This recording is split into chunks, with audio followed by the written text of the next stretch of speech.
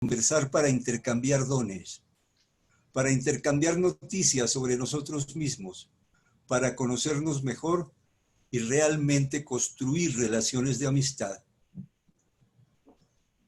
Es importante para conversar también hacer memoria de aquellos momentos. Muchos de ellos tienen que ver con conversaciones lejanas, en especial las conversaciones que realizamos cuando niños. Son muy importantes. Hacer memoria de esas conversaciones de niños son realmente maravilloso hacerlas, porque entonces recordamos el río, la calle, el jardín de nuestra infancia, y esos lugares están habitados por amigos. Y recordar esos amigos es llenarse de emoción, evocar ese recuerdo nos genera un sentimiento muy propicio para conversar. Porque para conversar hay que tratar de buscar en el corazón los recuerdos que nos permitan compartir sin temor la palabra, porque muchas veces las conversaciones fracasan porque hay un cierto temor reverencial. Alguien toma la palabra y lo hace con tanta propiedad que los demás pues quedan mudos, como que no se atreven. Y eso para conversar no está muy bien. Me parece que entonces cada persona tiene que prepararse. Dice Basenberg que empezó la era de las mentes parlantes. Sabemos que infortunadamente hoy en el mundo nuestro, no solo en Colombia, sino en el mundo, la mente parece haberse divorciado de la palabra. Y las palabras ruedan y pasan y se dicen y se maltratan y sirven para insultar o para odiar. Entonces hay que otra vez reconciliar mente y palabra y que la mente se nutra de las palabras que salen de las conversaciones, de las investigaciones, del intercambio de dones. Es muy importante entonces, creo, recordar aquellas conversaciones de niños, que también nuestros juegos que eran conversaciones vívidas, que las disfrutábamos plenamente, donde aprendíamos a ser otros, jugábamos a ser médicos, o jugábamos a cocinar, o jugábamos, es decir, a distintas, nos entrenábamos, entre comillas, por decirlo así, en muchos roles, en muchos oficios. Nos fascinaba, pues, hacer esta especie de teatro y compartíamos y nos divertíamos sin prejuicio, con la mente abierta, con gracia, con inocencia. Infortunadamente, a medida que avanzamos en la vida, se van instalando prejuicios que van a ser impedimentos para la conversación. Tenemos que procurar entonces conversar también para ir, digamos, disolviendo prejuicios que tanto mal hacen, sobre todo en nuestro país, que está tan cargado de prejuicios porque siendo tan diverso, la diversidad no la hemos podido reconocer bien, y entonces tenemos prejuicios sobre los indios, sobre los negros, sobre los costeños, sobre los pastusos, prejuicios por todas partes. Y los prejuicios evidentemente no nos permiten conversar, todo lo contrario, generan más bien recelos, resentimientos, hay como un malestar, una especie de temor a conversar, de temor a intercambiar información con los demás. También en la infancia y con esas conversaciones con la abuela, con los abuelos, con tanta gente. Yo recuerdo mucho las conversaciones con mi abuela, con mi mamá. Sobre todo las conversaciones que hacíamos haciendo el pesebre. ¿Por qué? Porque a mi abuela le gustaba hacer un super pesebre y había unos baúles y sacaba de allí unos papeles y unas postales que había guardado hace tiempos y nos poníamos a hacer ángeles y hacíamos un cielo lleno de ángeles y después las montañas y los ríos y representábamos el mundo y el mundo se preparaba para celebrar la creación o la llegada del Creador. Ese relato, que no es para que todo el mundo lo crea o no lo crea, sino que realmente lo deguste como un relato fantástico y reparador, porque nos permite entonces recordar que nacimos para compartir la vida con los animales. Por eso el acierto de San Francisco de poner al lado del niño Dios a dos animales, ¿no?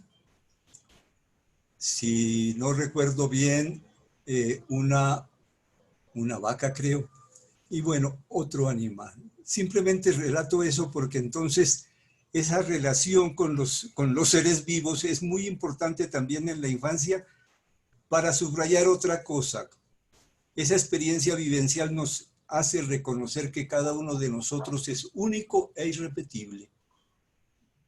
Todos los seres humanos aquí reunidos, los que estamos en este momento congregados en esta noche, cada uno de nosotros es único e irrepetible.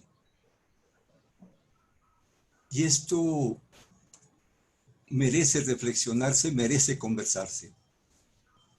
Últimamente los científicos han acuñado un término que resulta un poco sorpresivo, sorprendente. Han dicho algunos que cada uno de los seres vivos es un fractal del universo. Los seres humanos somos fractales del universo. La palabra fractal es una palabra reciente que une dos cosas aparentemente contradictorias, fragmento y total. Pero nosotros somos fragmentos totales del universo. Algún buen amigo me explicaba qué quiere decir fragmento total, con la metáfora del espejo. Él me decía, si un gran espejo se rompe en 1000 pedazos, se convierte en 1000 espejos. Ningún pequeño pedazo pierde su condición, su cualidad de espejo. Espejos pequeños, pedazos de espejo, pero espejos al fin. Ningún pedazo, por pequeño que sea, deja de reflejar las cosas que se le ponen por delante. Todos los espejos entonces son fractales totales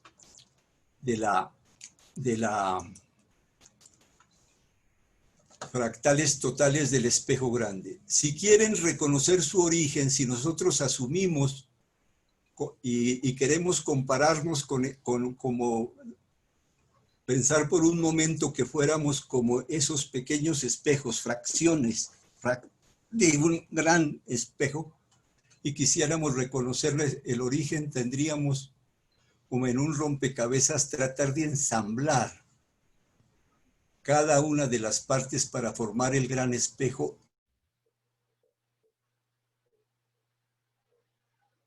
de la totalidad de nuestro origen, de lo que diría David Bohm, del orden implicado. Es muy importante entonces pensarnos así, pensar que cada uno de nosotros es un fractal del mundo único y irrepetible y que conversar para articular nuestro pensamiento, para amasar nuestra palabra es fundamental. Esa palabra que se amasa entre todos es la palabra que abre camino. Abre camino no solo para los seres que participan de la conversación, sino también abre caminos, nos invita a salir en busca de lo prójimo y del prójimo. Porque solo buscando lo prójimo y el prójimo vamos a poder intercambiar información, materia y energía con el universo, que es fundamental. Estas cosas ya poco las hacemos. No tenemos tiempo. El tiempo lineal que nos han impuesto nos tiene atrapados por completo. Ahora en esta pandemia un poco menos, estamos atrapados en el espacio y un poco liberados en el tiempo algunos.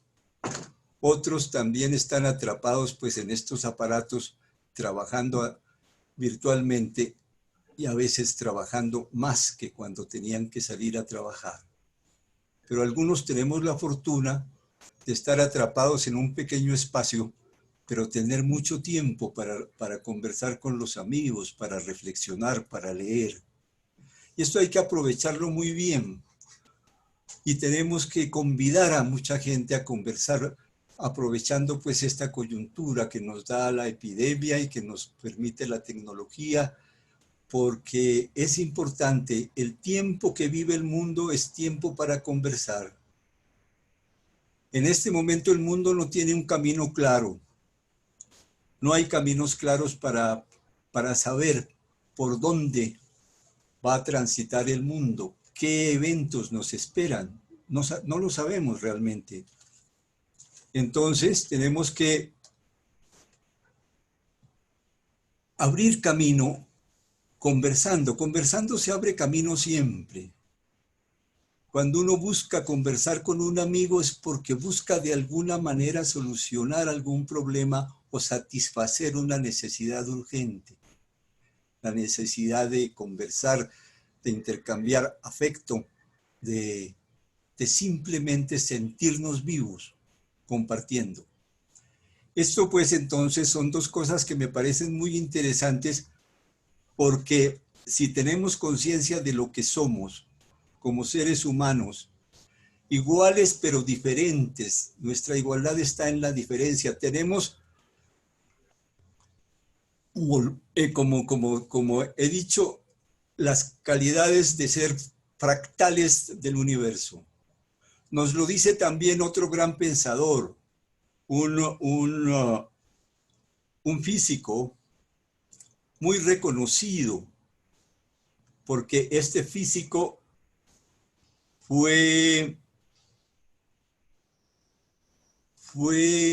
estudió con Niels Bohr, fue tutor de Feynman y compartió investigaciones nada menos que con Albert Einstein. Y él dice algo muy bello respecto de esta cualidad de ser fractales del universo. Nos dice, más allá de las partículas, de los campos de fuerza, de la geometría, del espacio y del tiempo, hay un acto sutil, constitutivo de lo que somos, el del sujeto que participa para darle existencia al mundo. Porque no es únicamente que el ser humano esté habitando el universo, también el universo está instalado en cada ser humano. Y esto es fundamental, me parece a mí, porque en la medida en que uno tiene conciencia de que el universo está instalado en cada uno de nosotros, entonces tenemos que descubrir cuáles son los dones, cuáles son las particularidades de aquel fractal que somos para poder buscar ir compartiendo el mundo, ir acoplándonos, ir buscando la mejor manera, el mejor lugar. Posiblemente cada uno de nosotros tenga cualidades para congregarse con otros en un lugar determinado o para adelantar alguna actividad. Obviamente esto se ve muy fácil en el deporte y en otras actividades que se hacen en grupo. Infortunadamente también nuestro mundo, nuestra sociedad se ha vuelto pues una multitud de soledades. Entonces son pocas las conversaciones que se oyen en el transporte masivo. En la calle no se conversa porque se tiene temor. Solo hay lugares donde la gente como que recupera la emoción de compartir la diversidad y eso sucede muchas veces en las plazas de mercado. ¿Por qué? Porque las plazas de mercado están llenas de los frutos que nos ofrece pues la creación, la naturaleza. Y esos frutos son de todos los colores, muy diversos, de sabores, de aromas, de colores, y los ofrecen gentes también supremamente diversas. Entonces se crea pues un paisaje, un espectáculo maravilloso, y la gente entra y como va por algo, va a satisfacer su necesidad de comprar lo necesario para alimentarse, entonces busca.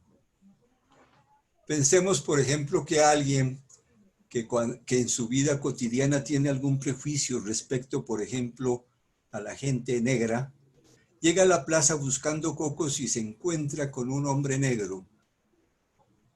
Ella al ver los cocos se acerca, esos cocos están bellísimos y se encuentra con un hombre que la encanta, que le empieza a contar cuentos que francamente la compradora del coco empieza como a divertirse y a intercambiar con él. Hay un momento de reconocimiento, hay un momento feliz que infortunadamente dura poco porque lo más seguro es que cuando la persona salga habiendo comprado el coco, apenas pisa la calle, se instala nuevamente el prejuicio. Esto siempre nos pasa. Por eso deshacernos de los prejuicios es tan importante, sobre todo digo yo, insisto, en nuestro país, porque de alguna manera nuestra historia es una historia que nos ha causado bastantes dificultades para poder ubicarnos, para poder comprender la tierra que pisamos, el aire que compartimos, el agua que compartimos. No tenemos información porque todo lo recibimos como parcelado. Obviamente sabemos que nuestro idioma, el español, no nació acá, vino. Y tiene muchas dificultades el español, cada vez menos afortunadamente, para nombrar muchas cosas y por eso también el prejuicio sobre la naturaleza era increíble. Las selvas son baldíos habitados de salvajes, es decir, están de balde, no sirven para nada. Eso que parece que fuera un pensamiento arcaico, pues es el pensamiento del presidente Bolsonaro. Le parece que ese monte pues hay que tumbarlo. Es increíble esos prejuicios, producto pues de que no sabíamos nombrar. Llamamos indios a los indios porque Colón pensó que había llegado a la India.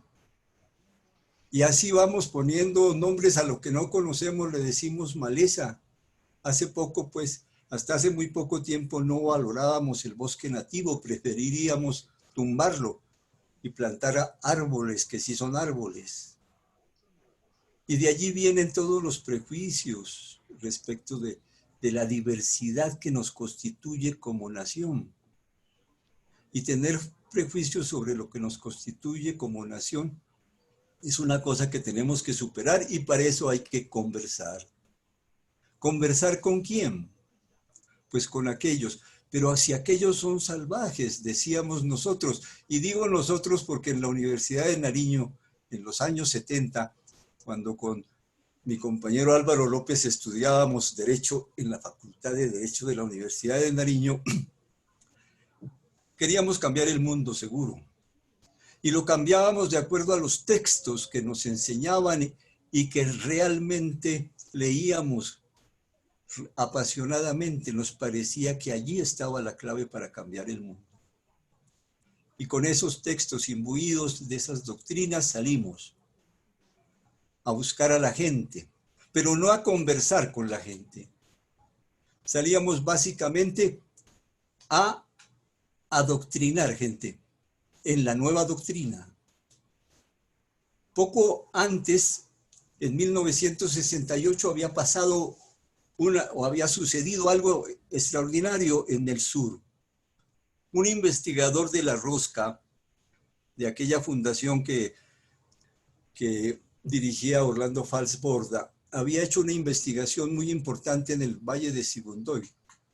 que la conoció el mundo con el nombre de Siervos de Dios, Amos de Indios. Y esta investigación pues ponía en evidencia que aquellos evangelizadores, a pesar de que habían hecho algunas obras notables en estudios botánicos y hasta lingüísticos, de todas maneras habían sometido a los indios a la servidumbre. Se denunció eso y realmente la denuncia fue tan potente porque ese libro circuló rápidamente por el mundo. Además estaba en ejecución la reforma agraria de Lleras Restrepo, y entonces los padres capuchinos no hicieron otra cosa que entregar esa tierra al INCORA para que la repartiera. Nosotros llegamos como estudiantes activistas que nos estábamos muy ilusionados con todo lo que venía pasando, un movimiento campesino poderoso. Circulaban muchas ideas, hacíamos teatro, recorríamos los barrios, hacíamos una cantidad de cosas. El mundo iba a cambiar, conversábamos mucho entre nosotros.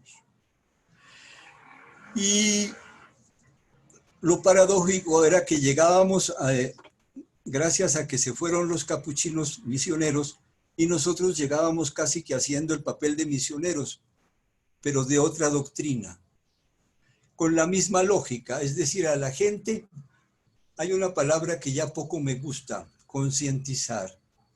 Es como partir del hecho de que la gente carece de conciencia. A todos nos falta conciencia sobre algunas cosas, pero todos tenemos conciencia sobre algunas. Hay muchas personas que pueden no saber leer y escribir, pero tienen mucha conciencia acerca de lo que significan muchas cosas, en términos, por ejemplo, de la naturaleza. Tienen conciencia mucho mayor que nosotros sobre lo que hacen algunos insectos. Hasta hace poco no valorábamos las abejas, degustábamos su miel, pero pues, ¿por qué? Porque la lengua, el idioma que fue formándose en Colombia no relaciona las cosas o está en camino de relacionarlas. En la Constituyente del 91, por fin, se colocan unos principios para que empecemos a relacionar cuáles los elementos constitutivos de esta nación. Y se dice que por primera vez después de 200 años y después de 500 de descubrimiento, que esta nación es una nación diversa, cultural y naturalmente, y que aquí se hablan más de 60 o 70 lenguas. Una noticia, pero si se habla una lengua quiere decir que hay un conocimiento. Porque las lenguas pues no nacen como espontáneamente, como que alguien le da por nombrar las cosas de cualquier manera. Y este es un fenómeno muy interesante del que tampoco se tiene conciencia, porque uno dice, bueno, que haya tantas lenguas, pues sí, pero esos son poquitos y viven por allá muy lejos. Por eso yo muchas veces conversando con alumnos les digo, yo tengo en la cátedra de diversidad cultural en la Universidad de Cundinamarca.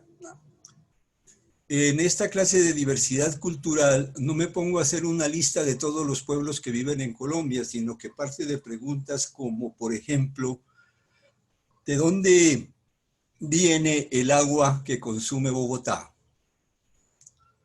Y realmente la pregunta desconcierta un poco. La mayoría de la gente no tiene como interés en saberlo, no tiene curiosidad. Algunos, obviamente, dicen del páramo Chingaza, y eso es lo que más dicen, es decir, la información llega hasta ahí. Si hay uno un poco más enterado, dirá que además del páramo, pues hay un complejo pues construido por ingenieros muy importante para almacenar el agua y después distribuirla. Yo les digo, sí, perfecto, esa respuesta, ese principio de respuesta está bien, pero ¿cuál es el agua que alimenta el páramo? ¿De dónde viene? Y poco a poco pues vemos que llega de la selva. La selva es como una esponja que recoge el agua. El sol la eleva, la evapora, se vuelve nube. El viento trae la nube y choca con la cordillera oriental. Choca precisamente con esta cadena de páramos y los alimenta, alimenta el páramo. Lo que llaman algunos la lluvia horizontal. Pero yo les digo, en esa selva donde el agua que cae se resume, hay o se hablan 40 lenguas distintas.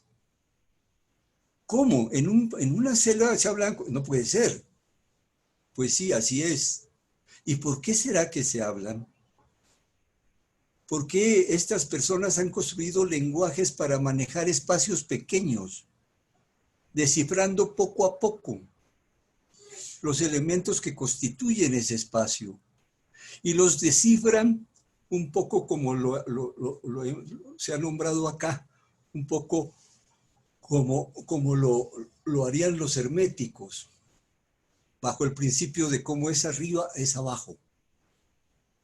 Las estrellas están conectadas, la energía del sol, de la luna y de las estrellas está conectada permanentemente con el proceso de reproducción de la naturaleza, pero la naturaleza no se reproduce al tiempo.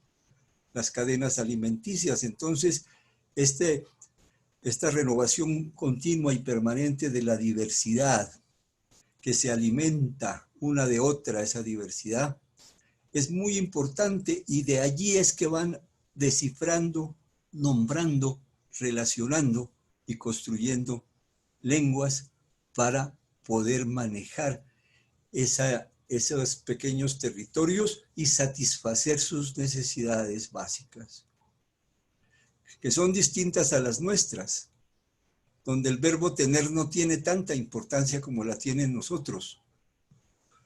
Entonces, conversar sobre eso es muy importante para concluir que realmente tomamos agua en Bogotá gracias a la diversidad lingüística y cultural que cuida la selva amazónica, que tiene que ver en el ciclo del agua que alimenta el páramo Chingaza.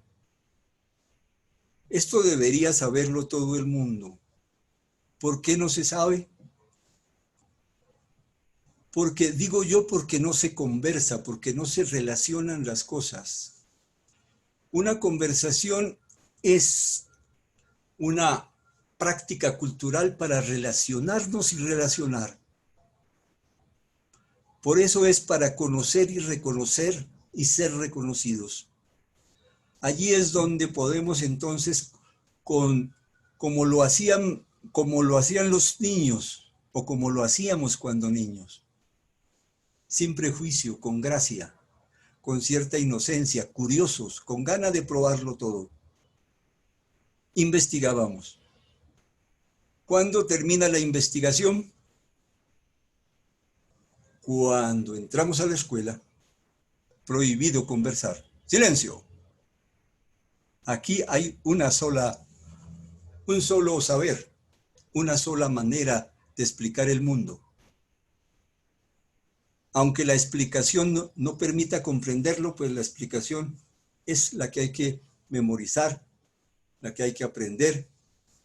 Y poco a poco pues nos queda el refugio del recreo, donde de alguna manera seguimos conversando, jugando, reconociéndonos, formando pues cadenas de amistad. Y eso es pues fundamental, importante. Entonces, tenemos que propiciar muchas conversaciones acerca de muchas cosas, empezando por los elementos constitutivos de la vida, empezando por el agua. Hay que conversar sobre el agua. La idea de lo poco que conversamos y conocemos sobre el agua, pues la crítica nos la hace el río Bogotá. Y empezamos a recuperarlo, pero nos olvidamos de él y por ahí entonces se van robando los recursos asignados para recuperarlo. ¿Por qué? Porque nos llega la noticia, pero no nos interesa hacerle seguimiento a la noticia. Sí, que el Consejo de Estado, en una muy importante y larga sentencia ha ordenado cómo las instituciones deben concurrir para recuperar el río. También deberíamos hablar sobre la tierra. Poco hablamos de la tierra. En La Habana se convino que el problema agrario era un problema fundamental, pero todos pensamos que el problema agrario es un problema de unos campesinos por allá que fueron desplazados, que fueron algunos de ellos sus líderes asesinados, y bueno, que les devuelvan la tierra, y eso pues sabemos que como están las cosas, posiblemente si pasa algo, pasará muy poco. Pero el problema agrario no es de campesinos desplazados. El problema agrario es de todos nosotros. ¿Qué comemos? Nosotros tenemos la necesidad pues básica de alimentarnos, y esto se produce en el campo, y tendríamos que pensar realmente en esto que tanto se nombra de seguridad alimentaria, y eso tiene que ver con los problemas de la distribución y el uso de la tierra. La tierra se acaba también porque se dedica a monocultivos en función de mercado, y entonces también se agotan las culturas campesinas que antes conocían mucho de especies, de árboles, de semillas. Podrían ser analfabetas, pero sabían más de la naturaleza que cualquiera de nosotros. Pero poco a poco van perdiendo ese conocimiento, porque entonces se induce a que deben producir solo una cosa. ¿Por qué solo una cosa? Porque hay que producir volumen para llevar al mercado, y solo así obtendrá el dinero para que usted pueda comprar lo que necesite. Doble dependencia del mercado y del dinero y del consumo. Entonces cada vez nos volvemos más. Por eso conversar, más que hacer política, es realmente darse cuenta. Y no para ser de izquierda o derecha, sino para proteger la vida. Porque el problema de la tierra, el problema del agua, el problema del aire, el problema de la energía no es un problema de izquierda o de derecha. Es un problema fundamental, vital de la humanidad entera y de nosotros, y lo tenemos en abundancia. Tenemos abundante sol como para producir toda la energía solar que requerimos. Tenemos agua suficiente, aunque la mal manejamos. Tenemos buenas tierras, algunas de ellas también pues monopolizadas y dedicadas a monocultivos intensivos o a la economía extractiva. Tenemos la mejor biodiversidad del mundo, 2 grandes espacios selváticos, el Chocobio geográfico y la selva amazónica. Pero esos dos espacios no figuran mucho, no están anclados en la mente. La noticia pasa. De todas maneras, el Chocobio geográfico pues es como una cosa ya como así, como el patio trasero, sí, por allá mucho negro, sí. Bueno. Entonces, conversar para conocer, reconocer y ser reconocidos, no para hacer proselitismo. De esto tenemos que hablar todos, de cualquier tendencia, de cualquier religión, de cualquier creencia, porque es la vida. Y si no conversamos sobre la vida, ¿de qué vamos a conversar? Entonces, por eso algunos amigos indígenas, por ejemplo, de los Andes del Cauca, una pequeña comunidad poco nombrada que se llama Quisbó. Esta comunidad tiene un relato muy bello en su mito de origen. Dice que hay un quinto elemento. Ya sabemos cuáles son los 4, ellos dicen que el quinto es la palabra. Porque la palabra, dicen, le fue dada al ser humano por el Creador para que cuide la creación. Con la palabra y el pensamiento tiene que reconocer bien la creación y aprender a cuidarla.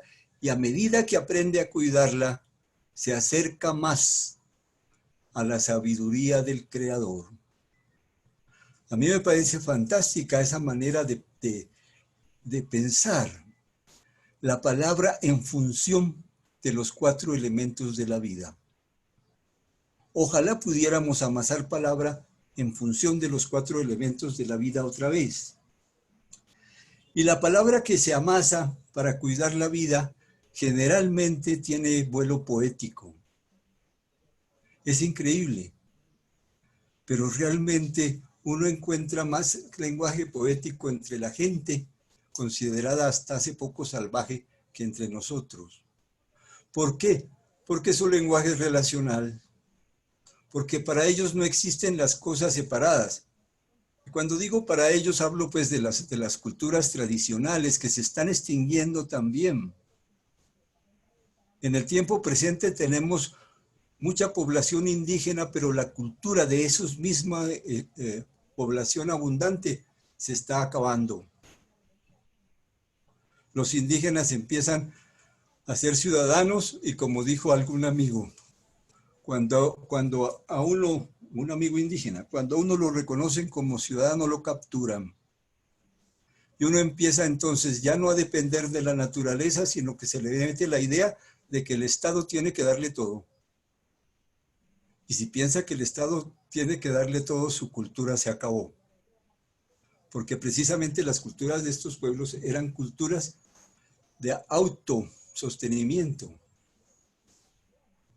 Y bueno, entonces esa manera poética de relacionar la palabra con los 4 elementos, por ejemplo, es una manera muy interesante que tiene que también servir de referencia para estos procesos de conversación, que pueden ser alimentados también con estos relatos y con muchos de las obras literarias, y ahora también afortunadamente con la obra de algunos físicos, de algunos biólogos, antropólogos, que están hablando cada vez más, acudiendo a la metáfora, a la manera de comunicar, porque sienten la necesidad de hacerlo, y a veces las cosas que estudian son tan complejas que exigen una metáfora. Entonces, por ejemplo, James Lovelock, luego de investigar la Tierra y llegar a la conclusión de que es un organismo vivo, pues le puso Gaia. También le hubiera podido poner Pachamama, con lo cual reconoce que los 2 nombres fueron dados por culturas muy anteriores a su descubrimiento, pero que ya tenían la idea de que la Tierra es un organismo vivo. A propósito de la palabra, nos dice Octavio Paz, la palabra poética al ordenar este mundo crea otro, hace algo mejor que inventar, nos descubre y descubre el mundo. Nos mueve a sentirnos un poco extraños, a sentirnos otros, es decir, distintos a los otros, a las rocas, a los animales, a la selva. Extrañamiento que pronto nos lleva a experimentar con cierta nostalgia por los no humanos, y entonces quisiéramos hacernos piedra, estrella, planta, animal. La poesía sacraliza nuestra relación con el mundo, superando el antropocentrismo que nos conduce a identificarnos y a fundirnos con el todo, criticando el antropocentrismo para identificarnos y fundirnos con el todo. Y esto ahora es objeto de mucha reflexión y conversación. Si ustedes en la web buscan Maturana y ahora tiene una mujer con la que investiga y conversa bastante, está hablando de la relación de la antroposfera con la biosfera. Porque resulta que la antroposfera, es decir, el mundo del que hemos construido los hombres, este mundo realmente espectacular, deslumbrante, cargado de tecnología, de luces, que ya prácticamente iluminan la noche sin permitirle pues que el manto de la noche cubra por completo la Tierra. Esa relación entre esas 2 grandes esferas, la biosfera y la antroposfera, esa relación está cada vez más deteriorada. La antroposfera está erosionando la biosfera. Y entonces, ¿de qué se trata? De ir construyendo, buscando información, conversando, y no solo conversando, recurriendo a los textos, también hay que ir a los contextos, en cada lugar, en Villa de Leyva, o allá en las tierras del sur, en nuestras tierras, por donde vamos, donde habitamos, hay que reconocer el espacio que nos rodea, hay que saberlo nombrar.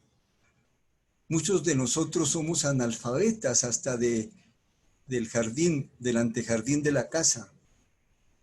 Exagero, claro, porque generalmente el jardín de la casa en muchas casas está cuidado por las mujeres que siempre han sido amigas de las plantas y han conversado con las plantas y realmente nos ponen de presente otra cosa, la importancia de la participación de la mujer, la importancia de la energía femenina. La otra mitad del mundo tiene que realmente volver a equilibrar el campo. El campo está demasiado desbalanceado, controlado por patriarcas, por hombres, por autoritarios. Y obviamente no se va a lograr el balance simplemente si las mujeres asumen trabajos diseñados y realizados en estructuras construidas también por los hombres. Se necesita que las mujeres, por supuesto, siendo iguales y diferentes a nosotros, tengan pleno derecho, pero derecho para que también podamos disfrutar de sus dones, de sus cualidades, porque es indispensable, lo necesitamos con urgencia, y generalmente también las mujeres tienen menos prejuicio que los hombres, porque saben convivir con la diversidad. Las madres pues convivieron con la diversidad en sus entrañas y luego construyeron una relación amorosa con aquel niño o niña que fue creciendo para ser distinto, diferente al padre, a la madre, como otro ser único e irrepetible. Entonces, todas estas ideas que estoy tratando de poner sobre el tapete nos llevan a tratar de tomar esto de la conversación como una actividad realmente importante para nutrir el alma, el intelecto, para lograr alcanzar aquellas metas que nos proponemos, de los que habla pues la orden del derecho humano, esa altura moral, ética, estética, cognitiva que necesitamos para ser felices, porque sin conocimiento, sin belleza, sin ética, sin estética y sin conocimiento no hay felicidad. Quiero también, no sé cómo estemos de tiempo, me dirá él,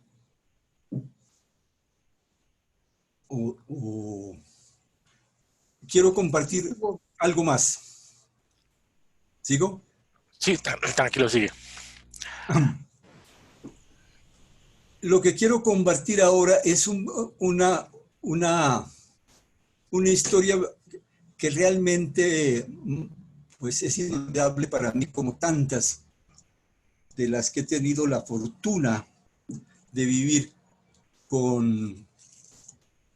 generalmente con pueblos de distinta cultura, de distinta concepción del mundo y de la vida.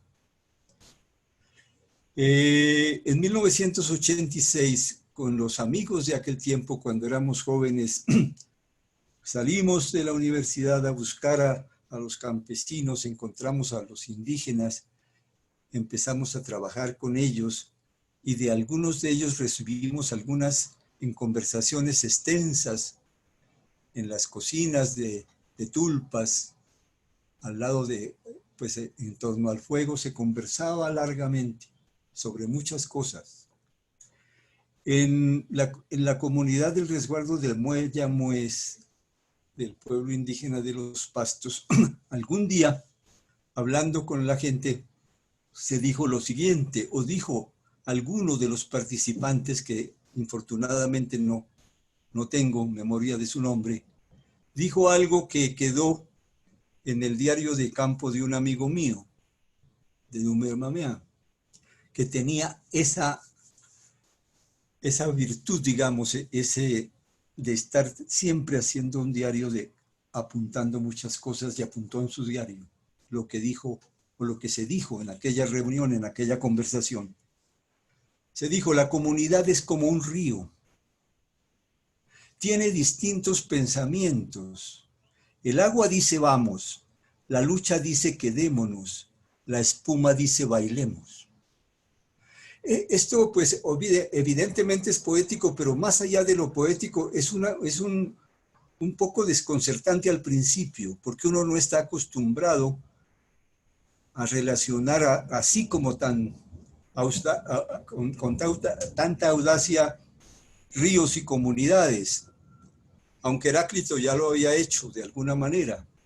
La comunidad es como un río, pero todavía desconcierta más cuando dice tiene distintos pensamientos. El agua dice vamos, el lecho dice quedémonos, la espuma dice bailemos.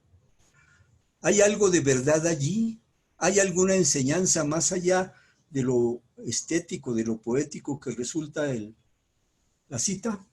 Pues sí, porque allá cuando empezamos a conversar, a tratar de entender mejor qué querían decir con aquello, encontramos una cosa que nos parece fundamental, o que nos pareció fundamental, y que está vinculada a la relación del cambio y la permanencia.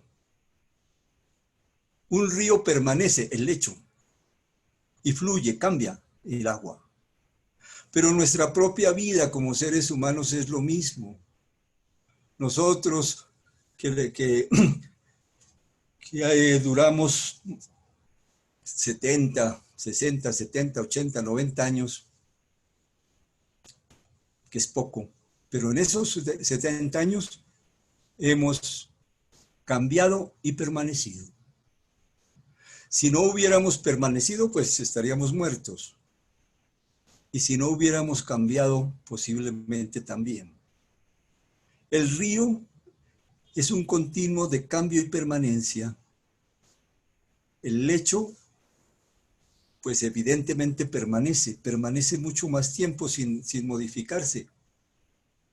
En largo tiempo, pues lo hará, pero no como para acabar con el río, o por lo menos durante muchísimo tiempo, el río conservará esas dos características: el lecho que permanece y el agua que fluye. La relación entre cambio y permanencia, que muchas veces de la que no tenemos conciencia, y muchas veces se maneja mal.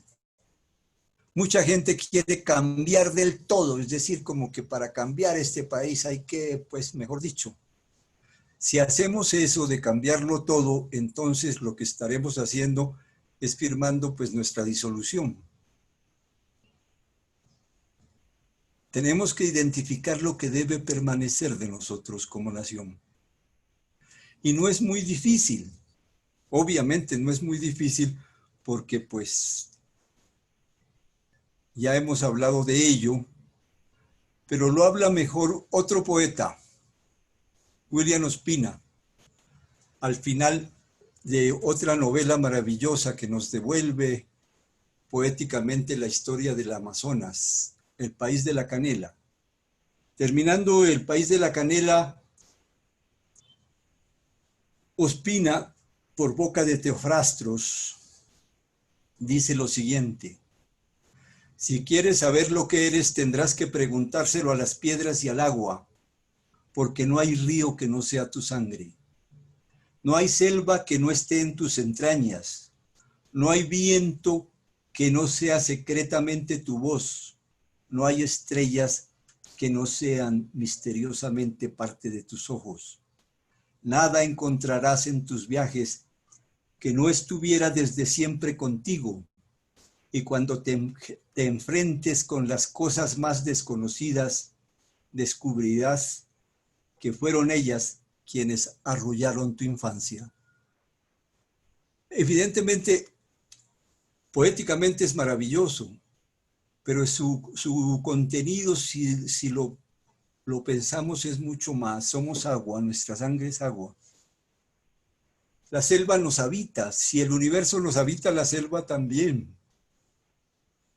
Le recuerdan a uno a veces los médicos cuando tiene algún problema digestivo y le mandan alguna cosa para recuperar la flora intestinal, la selva que llevamos dentro.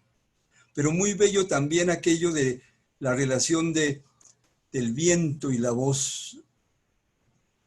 Sin el viento nuestra voz, la onda sonora no podría transmitirse, no viajaría de nuestros labios a los oídos de los demás, y sin estrellas nuestros ojos pues no serían ojos. Pero más allá de eso también muchas de las cosas que rodearon nuestra infancia y que son fundamentales en la vida. Entonces, al decir eso, nos está de alguna manera diciendo qué es lo que debemos conservar. De bella manera nos dice cuáles son esos elementos, esas relaciones cuya permanencia es indispensable para la vida. Habrán otras además, provenientes de la cultura, provenientes de los avances que hemos tenido, y hacer un inventario de los activos que tenemos que conservar para poder tener viabilidad como nación es fundamentalmente importante y urgente, porque parece que estamos acabando con nuestra riqueza, con nuestro patrimonio. Parece que no tenemos conciencia de los activos vivos, que los tenemos en abundancia, pero que infortunadamente los sistemas de gobierno, no de este gobierno, sino los sistemas occidentales de gobierno, pues excluyen de la economía este patrimonio vivo. Y sobre eso, por supuesto, también habría que conversar. Y sobre el cambio, ¿qué es lo que tiene que cambiar fundamentalmente a mi modo de ver? Tiene que ver con la conversación. Tiene que ver con la necesidad que tenemos que satisfacer. Y vuelvo a citar a Paz diciendo, para que pueda ser, diría con el verso de Paz, has de ser otro, salir de ti, buscarte entre los otros que no son, si tú no existes, los otros que te dan plena existencia. Vivimos por los otros, aunque muchas veces pues no lo tengamos en cuenta. Todo lo que hacemos, si revisamos lo que llevamos puesto para cubrirnos, cuánto trabajo, cuánta ciencia, cuánto hay ahí, cuánto tiempo acumulado, mucho.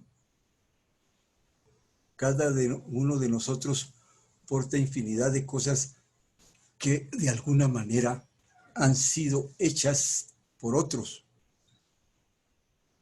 Pero nosotros simplemente los ignoramos porque nos basta comprarlas y se acabó.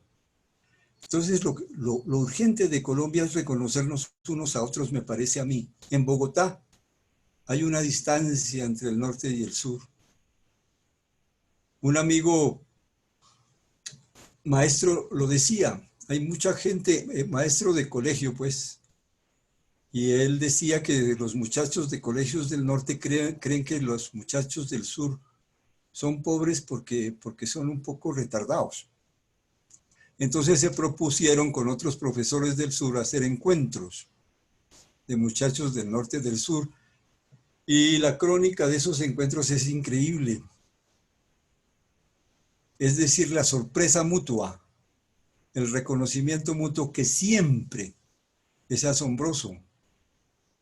Lo recuerdo muy bien, porque yo empecé a conocer pueblos distintos, culturas distintas, pero la primera vez que me acerqué a ellas fui con prejuicio. Creí que eran atrasados, que había que indicarles el camino. Y solo compartiendo con ellos pude entender que sin ellos no hay camino. Y sin ellos no porque sean muchos y muy poderosos, sino porque si ellos, y hablo de la gente que habita la selva, pues se acaba la selva para el mundo. ¿Y qué pasa si se acaba la selva? Allí entonces también viene el problema del calentamiento global, etcétera. Todo está relacionado y todo tiene que empezar a ser tejido en conversaciones abiertas, sin discriminar a nadie por ninguna razón, porque todos tenemos algo que decir, todos tenemos una experiencia, todos hemos padecido, pero también hemos tenido realizaciones, éxitos y de alguna manera momentos también de felicidad. ¿Cuánto va? Ya estamos casi en la hora. No sé si. No No sé, podemos terminar allí. Preguntas y intervenciones y pare de contar. Bueno, perfecto. Entonces, ok. ¿cómo cerrar? Una de las cosas que he aprendido yo con los indígenas es el arte de cerrar el canasto. Es decir, conversar. Ellos dicen que hay que cuando lo que se recoge en una conversación hay que acomodarlo como en un canasto para después, ellos lo hacen, guardarlo en algún lugar muy importante del conocimiento que guarda ese canasto, en un lugar que tenga que ver con ese conocimiento. Alguna vez hablando sobre cómo educar en Amazonas, terminaron recogiendo su reflexión, que fue muy bella, y resolvieron ponerla junto a un arroyo, junto a una hoja de agua, para recordarle a la gente que quiera educarse en estos días, en estos tiempos, que si no tiene en cuenta el agua, pierde sentido la educación. Entonces, muchas gracias, muy amables. No, a vos, Álvaro, muchas gracias. Aquí tengo una pregunta que hace Camilo Andrés. ¿Cómo suscitar la conversación cuando el odio o el miedo acelerados en la comprensión confrontada del tiempo silencian las palabras? Bueno, evidentemente el odio no lo podemos disolver llamando a los que nos odian. Tendríamos primero que fortalecer las relaciones entre nosotros, los vecinos, los que no nos odiamos, los que participamos de algunas cosas, pero no para quedarnos solos, encerrados entre nosotros, venciendo el miedo, pero sin buscar a los otros.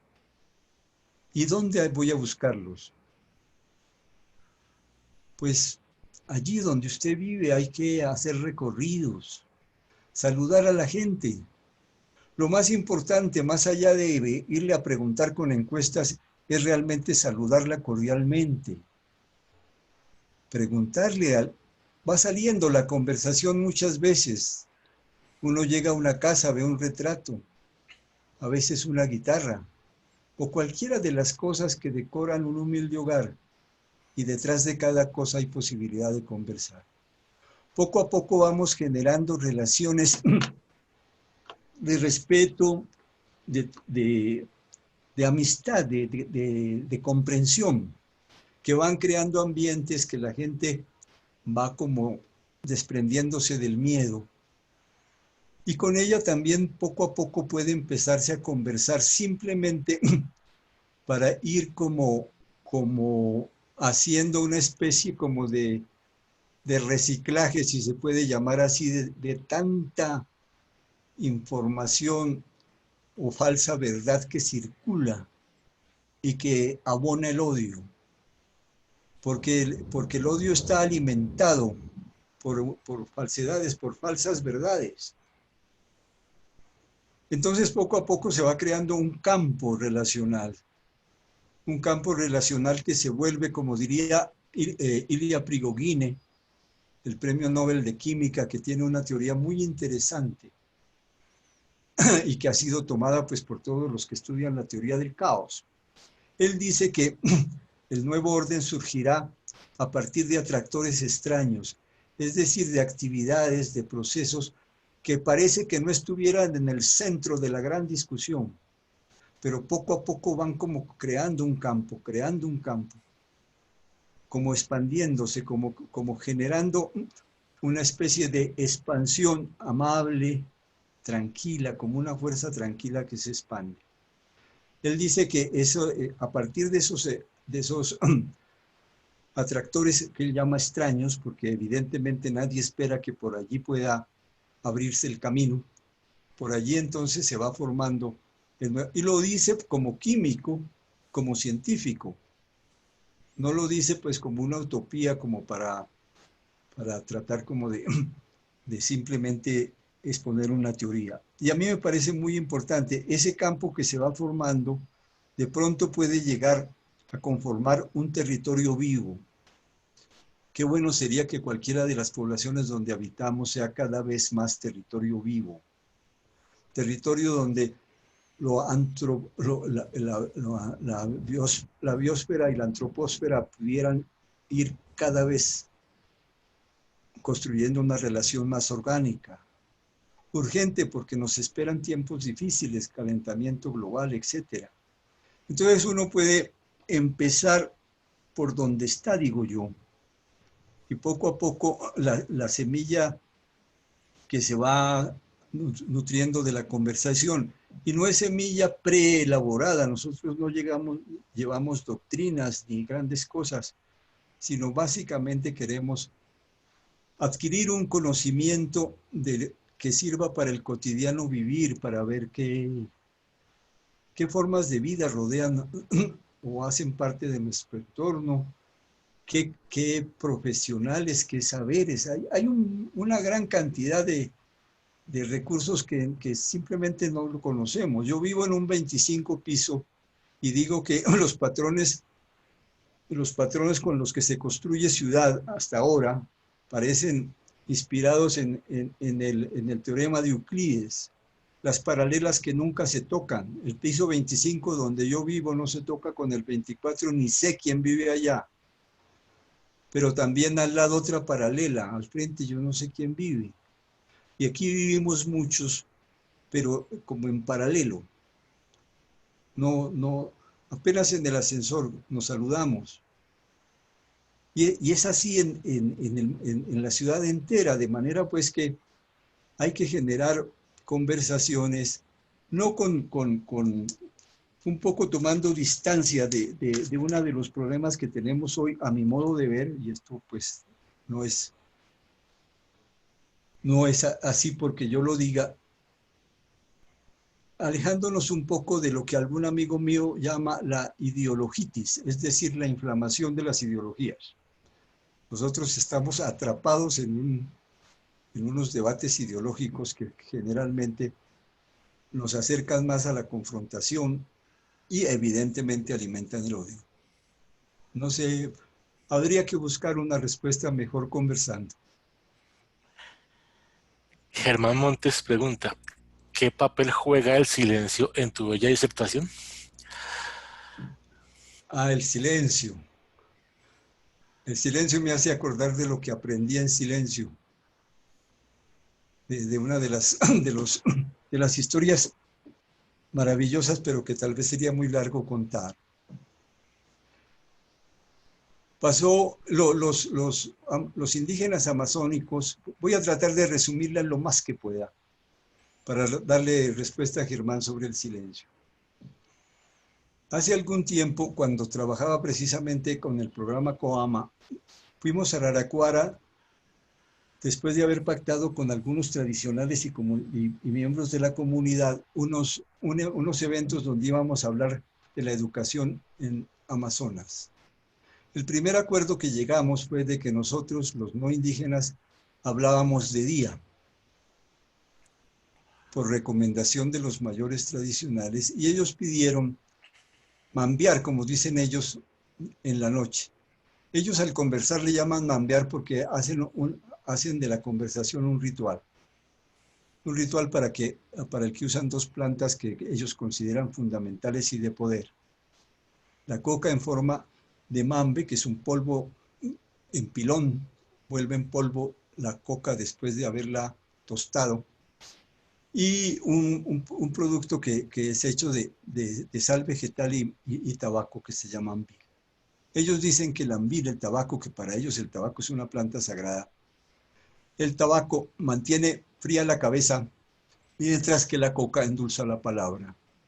Ellos dicen que para una buena conversación hay que tener cabeza fría y palabra dulce.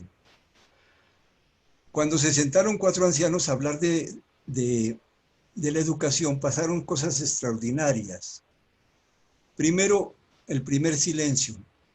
Nosotros, los que trabajábamos en el día, rodeábamos pues a los mayores que sentados en sus banquitos en semicírculo, se tomaron el tiempo para sentarse en su banquito, acomodar esos elementos, sobre todo el mambe en su boca. Ustedes lo recuerdan, en el Museo de Oro hay unas figuras con una bolita en el cachete, ese es mambe, eso es coca.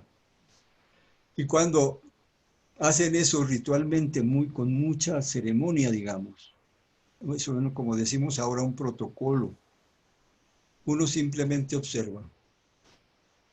De pronto el primer mayor tomó la palabra. Generalmente los mayores no hacen grandes discursos. Él dijo que para él educar consistía en avisarle a los niños que nacen a qué lugar del mundo han llegado, qué lengua los reciben, dónde van a compartir el mundo. Avisarle de la selva, avisarle de sus mayores, avisarle de su gente, de su lengua.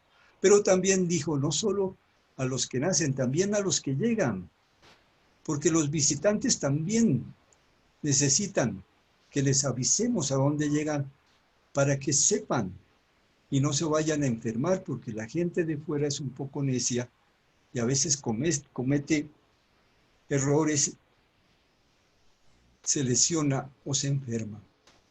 Avisar. El segundo mayor aceptó esa palabra y dijo que le parecía muy bien, pero que también había que complementarla con la palabra visorar. Si queremos avisar, tenemos que pararnos en punta de pie, mirar a lo lejos, estar pendiente. Todo lo que puede ser anticipado, que a veces lo avisa la naturaleza. Hay que saber avisar, como quien dice, hay que saber prevenir. El tercero dijo, muy bien, me gustan esas dos palabras. Agregaría una fundamental que necesita de esas dos. Cuidar. Educar es aprender a cuidar y a cuidarse cuidando.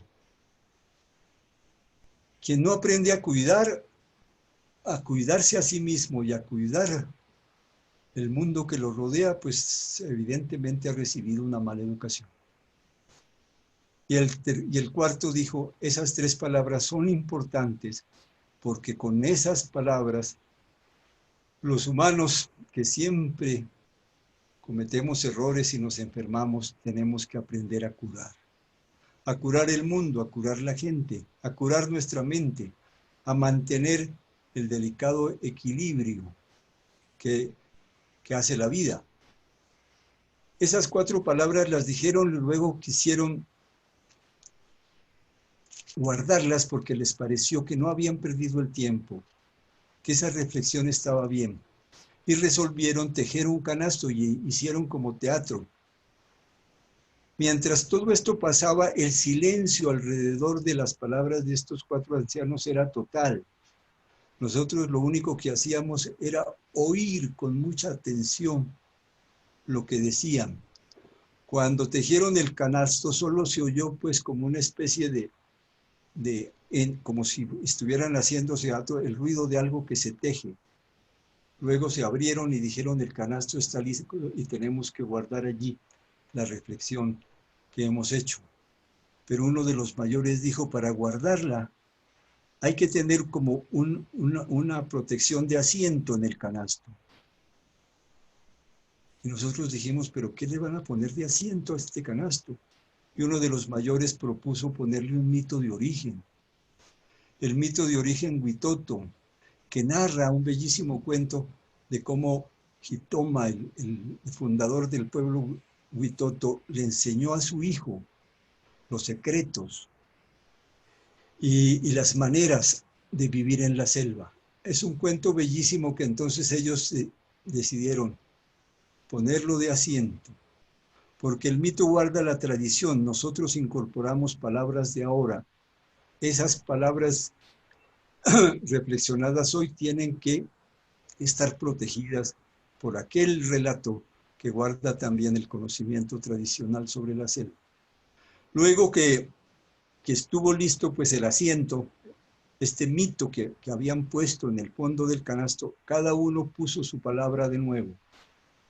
Y al ponerla volvió a decir algunas cosas muy, muy cortas al ponerla. Una vez que quedó arreglado el canasto, se acercaron a cerrarlo. Y también hicieron teatro cerrándolo. Y luego que lo cerraron, se volvieron a sentar en silencio hasta que uno de ellos dijo, ¿y dónde vamos a poner este canasto?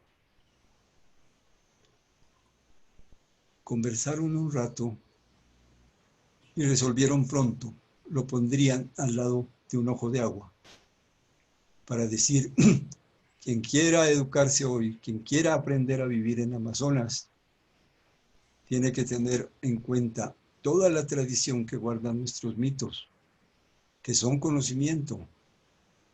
Y sobre eso también valdría la pena en otro momento hablar de qué es lo que revelan los mitos, que para nosotros en nuestra educación nos enseñaron que los mitos eran cosa de gente supersticiosa que no entendía mayor cosa. Hay mitos que dan mejor razón del mundo que muchas de nuestros grandes discursos.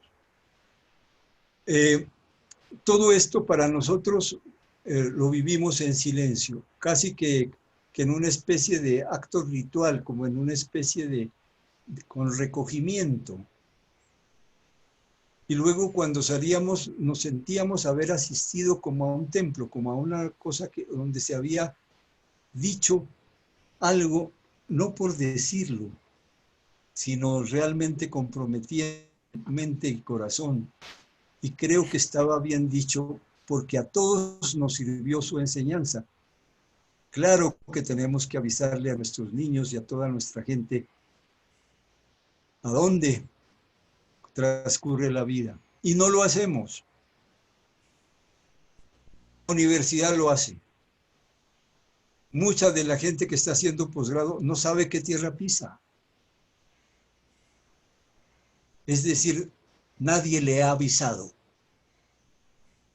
de dónde viene el aire que respira, el agua que toma, la comida que alimenta. Y ese pues me parece un cuento de una conversación ritual. De ahí que ritualizar la conversación, aprenderlo, creando los modos de hacerlo. Cada quien puede hacerlo. Porque allí también, evidentemente, la emoción de lo ético, de lo estético surge. Y no hace falta grandes discusiones. Es como si las palabras emergieran y se desplegaran como en silencio, pero penetrando mucho nuestra mente y nuestro corazón. Eso por lo menos fue lo que muchos de nosotros que asistimos a esa maravillosa experiencia recordamos, y esto fue hace tiempo, pero no se olvida.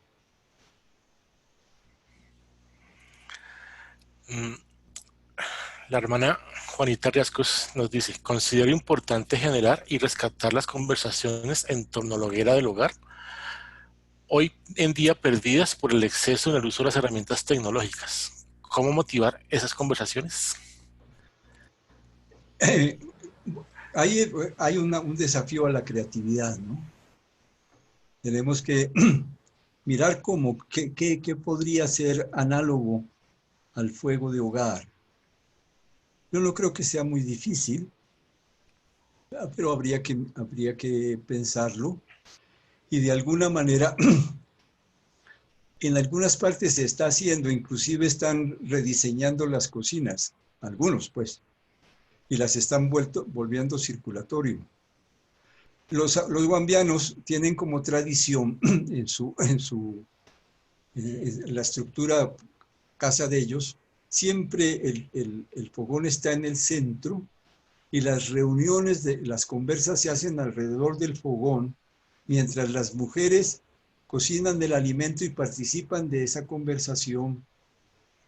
Muchas veces se habla del alimento que se está cocinando. Y eso realmente me parece muy interesante, de manera que yo estoy de acuerdo. Y todo es un reto a la creatividad y a sacarle tiempo, a liberarnos del tiempo lineal, del tiempo que nos agobia, que prácticamente nos esclaviza. Y le ganamos tiempo cuando empezamos a ganarlo recordando lo que vale la pena recordar.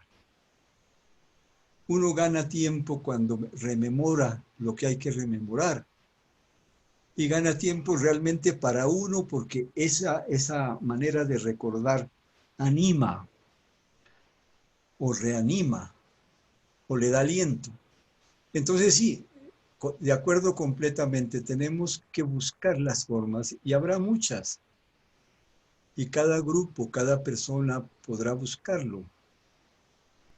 Y algunas tradiciones que han tenido desde tiempos inmemoriales, pues la conversación como uno de sus rituales, digamos, fundamentales, pues a lo mejor también tendrían que volver a reanimarlo, a buscar la manera de que el intercambio de energía, de materia, de información, sea como más dinámico, que emocione mucho más, que las palabras nos animen por lo que nos emocionan y nos enseñan.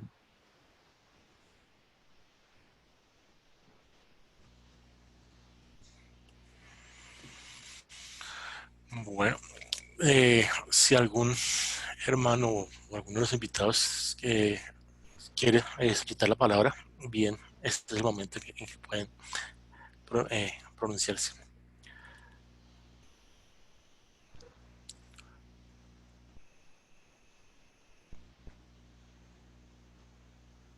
Bueno, Álvaro, quería agradecerte mucho por tus palabras y sería bueno que retomáramos nuestra tertulia, porque pues de ahí fue que nació gran parte del trabajo, la poligrafía y todo lo que hemos hecho con nuestras comunidades de origen.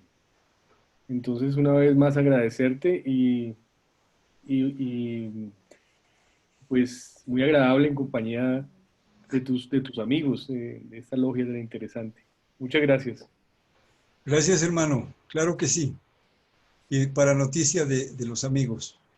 Estudiamos los dos en los Andes desarrollo regional, planificación de desarrollo regional, pero más que eso, lo que logramos realmente fue hacer una tertulia para conversar que duró más de 20 años. Digamos que no se ha acabado. Ahorita, como bien dice Mauricio, estamos en plan de reanimarla, porque lo que sí quedó de esa tertulia fue una profunda amistad, una amistad para siempre, que es lo que debe quedar de las conversaciones. Amistades, porque la amistad es la única manera de ser compasivo y tolerante y pedirle a los amigos que sean compasivos con uno y tolerantes con uno. Eso no se da en la relación, por ejemplo, en otro tipo de relación. pero la amistad sí. La amistad nos enseña a ser tolerantes y compasivos porque lo necesitamos todos. Gracias, Mauricio.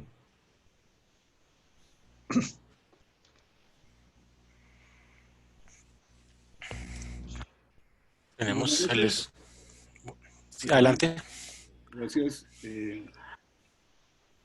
Como venerable maestro de la Respetable Logia 1913 Luz de Quito, quiero en primer lugar agradecer la invitación que nos han hecho para participar en este conversatorio.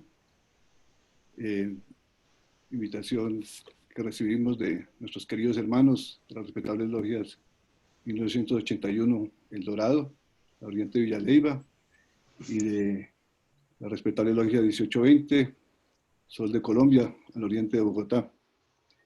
Pues este tema pienso que para todos pues nos interesa muchísimo, nos llama a reflexión igualmente y nos facilita la interacción, esta interacción entre hermanos, interacción fraterna. Considero que la conversación llevada como tal realmente se convierte en diálogo. Y al convertirse en diálogo realmente contribuye a la armonía, al equilibrio, que es lo que todos buscamos en todos los aspectos, con la naturaleza, con nuestros semejantes, con todo lo que en una u otra forma tenemos que interactuar. Y dentro de ello, pues también entra en juego la conversación con nosotros mismos, la conversación interior, la conversación con el exterior. Y pienso que fundamental para ese diálogo, para esa conversación que llegue a ese punto, es la sinceridad y el respeto en esa interacción. Pienso que es un punto que en la masonería se maneja con mucha propiedad, se inculca, y de lo cual pues hay mucho simbolismo que a su vez nos muestra cómo lograr precisamente la armonía y el equilibrio, cómo lograr el justo medio en todos los aspectos y particularmente en este caso en la conversación, en el diálogo.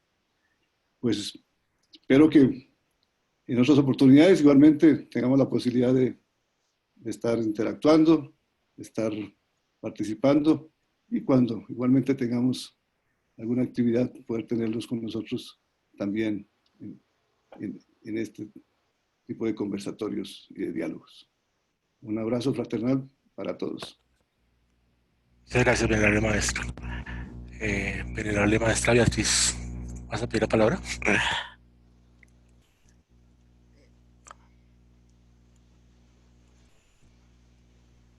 Dando a mi Hugo. Estoy con el micrófono abierto. Beatriz no va a hablar. Ya, Carolina. Ah, no, Bueno, dale.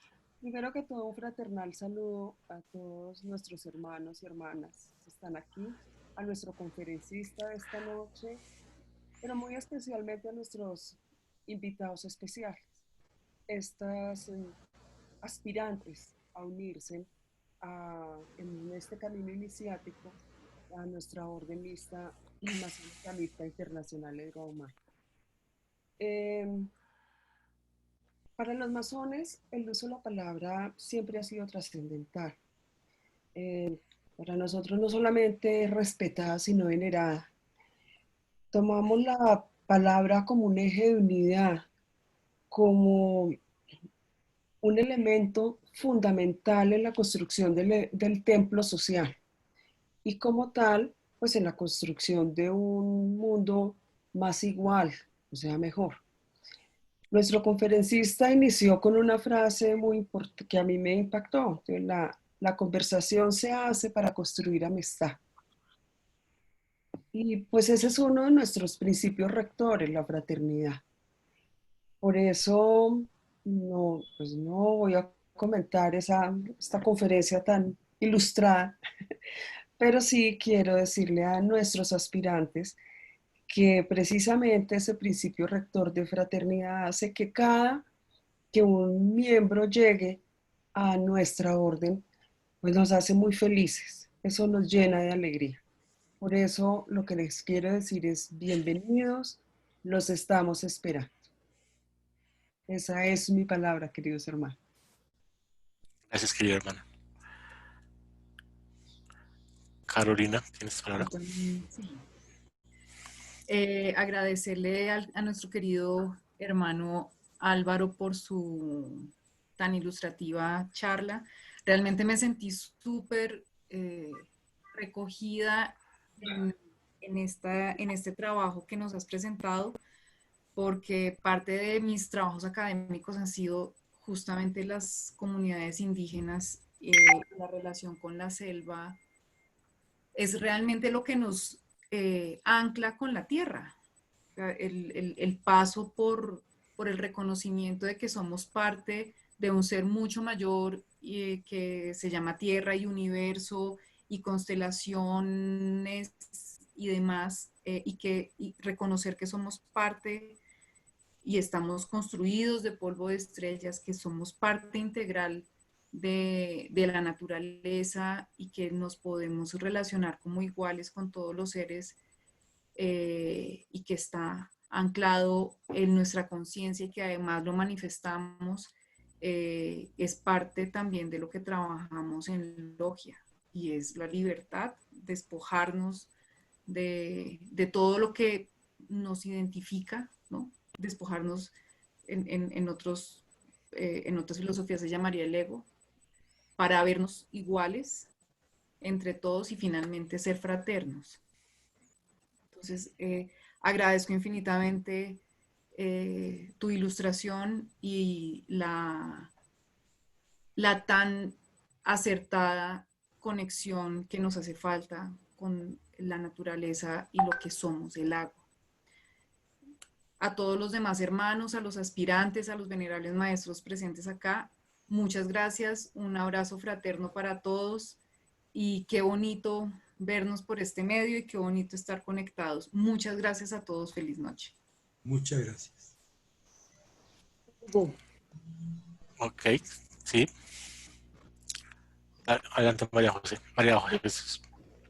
Yo también quiero agradecer muy especialmente a todos los hermanos, a todos los amigos, a los aspirantes, a quienes han hecho uso de la palabra, a quienes han formulado preguntas, por estar aquí, por permanecer escuchando esas palabras tan hermosas con las que nos ha deleitado Álvaro esta noche, y a atender la invitación a practicar el arte maravilloso de la conversación. Gracias Álvaro, gracias a todos pues por acompañarnos y esperamos volvernos a encontrar en otro momento. Un abrazo muy grande. Muchas gracias, querida. Entonces yo creería, si no hay más preguntas y intervenciones, quedamos por terminada la reunión. Muchas gracias a todos, muy amables. Bueno, muchas gracias, muchas gracias. Gracias igualmente. Gracias, Un abrazo para todos. Alvarito, gracias. Besos. Adiós. Gracias. A todos, muchas gracias. Gracias, Abelita. Muchas gracias. Hermoso. Gracias, Alvarito. Un abrazo. Lindas palabras. Gracias. Bueno, Gracias, muchas gracias. gracias. Gracias, Álvaro. Ha Gracias sido a todos. Muchas gracias. Chao. Excelente reunión. Wow. Gracias. Buenas noches. Chao. Chao. Buenas noches para Muy todos. amables, adiós. Chao. Chao. Alegría, aunque sea al final de haberlos visto. Recién salgo de la otra reunión.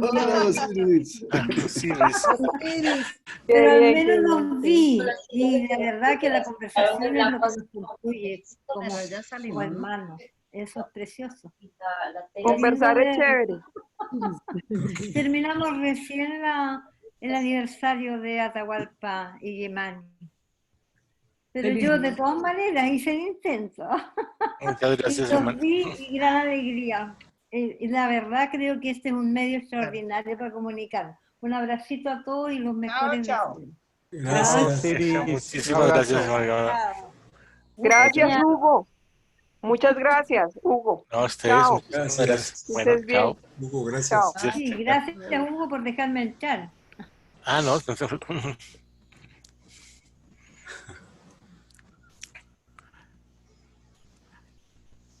Adiós, adiós. Bueno, Álvaro, muchísimas gracias. Fue muy Muchas interesante. gracias, muy amables a todos. Que descansen, gracias. Muchísimas Ok, gracias, feliz queridos noche. hermanos. Chao. Muchas gracias, querido hermano Álvaro. Muchas Gracias.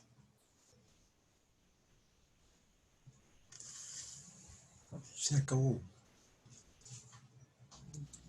Estuvo chévere.